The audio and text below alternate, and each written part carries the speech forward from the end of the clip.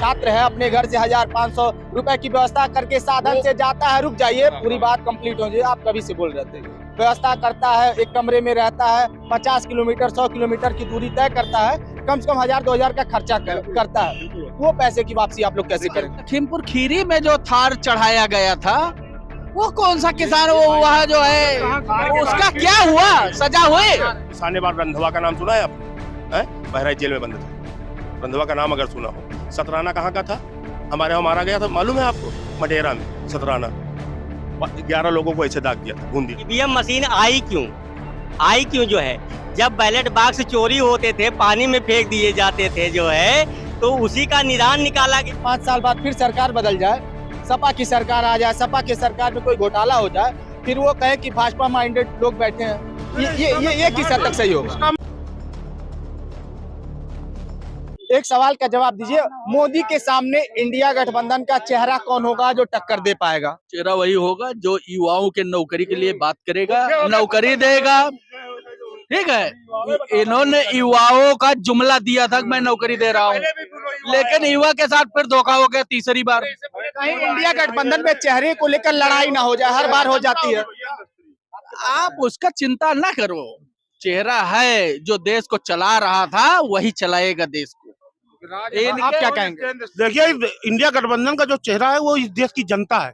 जनता India गठबंधन के साथ है। लेकिन तमाम नेता हैं, अपने चेहरे को लेकर खुलकर तो नहीं आएंगे, लेकिन आपसी मनमुटाव देखने को मिल जाता है। कौन था मनमुटाव? अरे आप साफ तौर पर देख सकते हैं, अभी नीतीश कुमार छोड़ के चले गए, कहीं दिक्कत रही होगी। अखिलेश, उनको भी तो ईडीओ से भी एक धमकी दिए थे प्रधानमंत्री, तभी चले गए हो। कहीं अखिलेश यादव भी ना चले जाए इसी डर से? कोई नहीं जाएगा, अबे सब चुनाव वाले दो, नीतीश कुमार भी उनको जवाब देंगे, मोदी जी को अखिलेश भी जवाब देंगे, अबे रुके रहिए। लेकिन एनडीए वाले कह रहे हैं अभी और लोग विपक्ष से लगातार भाजपा में शामिल होंगे। भाजपा से मैं तुम्हारे चैनल पे गारंटी कह रहा हूँ, 80% नेता जिसका जमीर जिंदा है वो कांग्रेस में शामिल हो जाएंगे, चुनाव आने दीजिए। ओम प्रकाश राजभर से मैंने बात की, उन्होंने साफ तौर पर कहा कि अभी और लोग आएंगे। मैं भी बता रहा हूँ आपको, अभी चुनाव आज आचार संहिता लगने दीजिए, 80% ईमानदार नेता भाजपा से चले आएंगे कांग्रेस में। भाजपा के नेता कांग्रेस में जाएंगे, ऐसा हो सकता है? भैया, इनका दिमाग हो गया है, खराब आउट हो गया है ना, क्योंकि इनका नेता जो है वो बीन रहा है। अभी इनके नेता माननीय जो है वो क्या नाम है, राष्ट्रीय अध्यक्ष खड़गे जी, कुत्ते के तरीके की संज्ञा दिया है उसको जो है। और इनका नेता जिसको प्रधानमंत्री ये घोषित करना चाह रहे हैं, वो कह रहा है युवा सब नशेड़ी घूम रहे हैं पूरे प्रदेश में, ये उसको देश देना चाह रहे हैं। मतलब ये सोच है इनकी, कितनी अच्छी सोच है। युवाओं को लेकर तो सवाल आपसे भी उठता है कि आप युवाओं का पेपर आप लोग लीक कर देते हैं। लीक कर दिया, हमारी बेटिया खुद पेपर दिया था। अगर लीक हुआ तो उसके लिए ये सरकार कहाँ थी? इससे रुक गए, लीक पहले कहीं भी हुआ हो, लेकिन इससे पहले किसने जो है इसके ऊपर वो किया? मुलायम सिंह सरकार ने इसको जो है सबसे बड़ा शिक्षा को खत्म करने का काम सबसे पहले मुलायम सिंह ने किया। उसके बाद इसमें 300 कुछ जो है गिरफ्तारी हो चुकी है, 300 कुछ गिरफ्तारी हो चुकी है। उसके बाद प्रमाण के साथ में होगा, और ये जो है फिर से परीक्षा होगी, बगैर पैसे का परीक्षा होगी, जितने लोगों ने डाला था उनकी परीक्षा होगी, सबकी जांच होगी। सुन लीजिए, ये सर अब दूसरे का सवाल नहीं लेंगे, मैं अपनी सवाल लेता हूँ। फिर से परीक्षा होगी, फॉर्म की फीस नहीं लगेगी, लेकिन एक छात्र जो अपने घर से, गरीब छात्र है, अपने घर से 1,500 रुपए की व्यवस्था करके साधन से जाता है। रुक जाइए, पूरी बात कंप्लीट हो जाए। आप कभी से बोल रहे थे। व्यवस्था करता है, एक कमरे में रहता है, 50 किलोमीटर 100 किलोमीटर की दूरी तय करता है, कम से कम 1,000-2,000 का खर्चा करता है। वो पैसे की वापसी आप लोग कैसे करेंगे? वो पैसे की वापसी सरकार ने जगह जगह पे बस की व्यवस्था किया है। सरकारी जैसे भी पेपर होंगे उस हिसाब से सरकार रेलवे से और उनको बस के द्वारा उनको लाया जाएगा। परीक्षा देने के बाद फिर वो जाएंगे, उनको नाश्ते तक का प्रोग्राम होगा। जो ऐसा कुछ भी नहीं है। देखिए, गलतियां होती हैं, गलतियों को खत्म करने के लिए इस सरकार ने जो 10 साल की सजा, 1 करोड़ रुपया जो जुर्माने का प्रावधान किया है, वो इस सरकार ने किया है।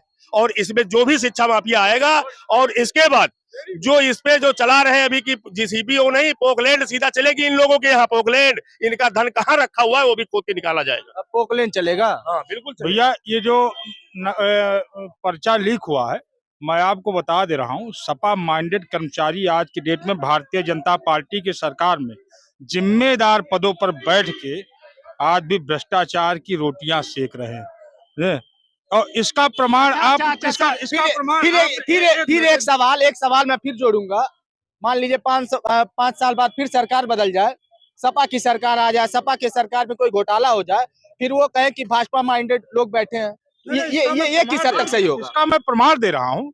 अभी जो बैलेट पेपर का चुनाव हुआ था, विधानसभा में बैलेट पेपर का जो चुनाव हुआ था यहीं आपके उत्तर प्रदेश में, तो उसमें ये चंडीगढ़ की याद दिला रहे हैं।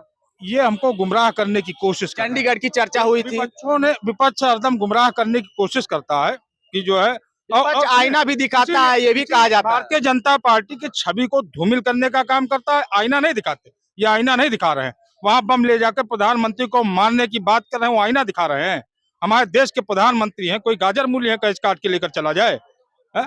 इन लोगों ने इन्हें जो बुलडोजर चलेगा, जांच पड़ताल में जो भी गिरफ्तारियां हुई हैं, बुलडोजर प्रक्रिया वहां भी होगी, क्योंकि वो बता रहे हैं जो बच्चे को न्याय कैसे मिलेगा, ये इनका क्या? का भी आत्महत्या कर लिया, नौकरी नहीं पाया, उसको 1 करोड़ दिलवा रहे मुख्यमंत्री से। मैं जानना चाहता हूँ, नौकरी नहीं पाया, तैयारी किया वो 5 साल से, और उसने आत्महत्या कर लिया कन्नौज का, उसको कई करोड़ रुपए दिलवा रहे हैं। मैं जानना चाहता हूँ, इनसे पूछिए। आप बताइए, इनके बात का जवाब दीजिए। देखिए, आपको शायद मालूम होगा वहाँ जो बॉर्डर पे किसान, उसका एक एग्जाम्पल दे रहा हूँ।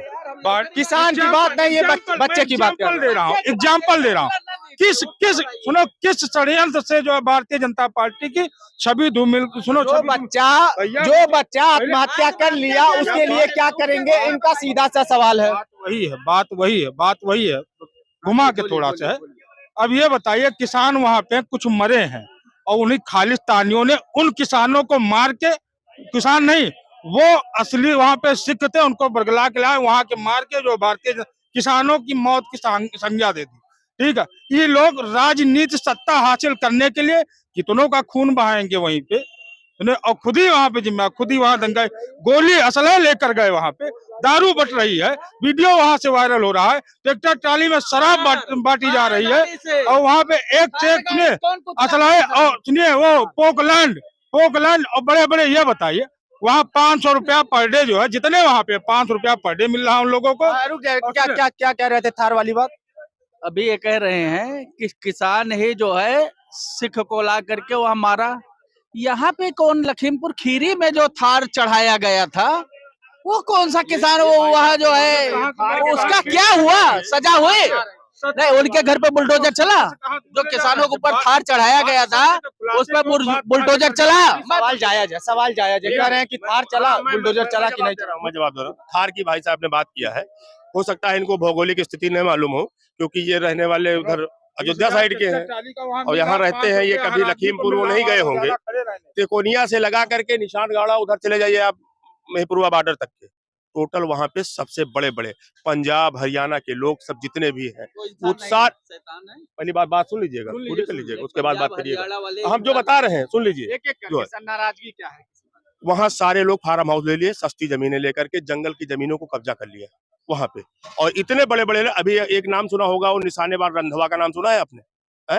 बहराइच जेल में बंद था, रंधवा का नाम अगर सुना हो। सतराना कहाँ का था? हमारे यहाँ मारा गया था, मालूम है आपको? मटेरा में सतराना 11 लोगों को ऐसे दाग दिया था, भून दिया था, मार के चला गया। सतराना वहां का है। उस एरिया की बात ये करते हैं, थार गाड़ी से उनका मंत्री जी का लड़का था उसमें बैठ, अगर वो भागता ना वहां से तो उसको खुद मार डालते हैं। वो मारने की प्लानिंग खाली बवाल का था कि यहाँ किसी प्रकार से बवाल हो जाए, जैसे इस प्रकार पंजाब में चल रहा है इस समय। जो बैठे हुए हैं वहां पे वही चीजें फिर कराना चाह रहे हैं, और वो खाली फाइनेंसर, क्योंकि यहाँ से बड़े बड़े विदेशों में जो बैठे हुए हैं हिटलर, जो बड़े बड़े जो है, वो खाली ये फाइनेंस कर रहे हैं, वो इसको कि किसी प्रकार से खड़बंडर मचे और ये बवाल होगा।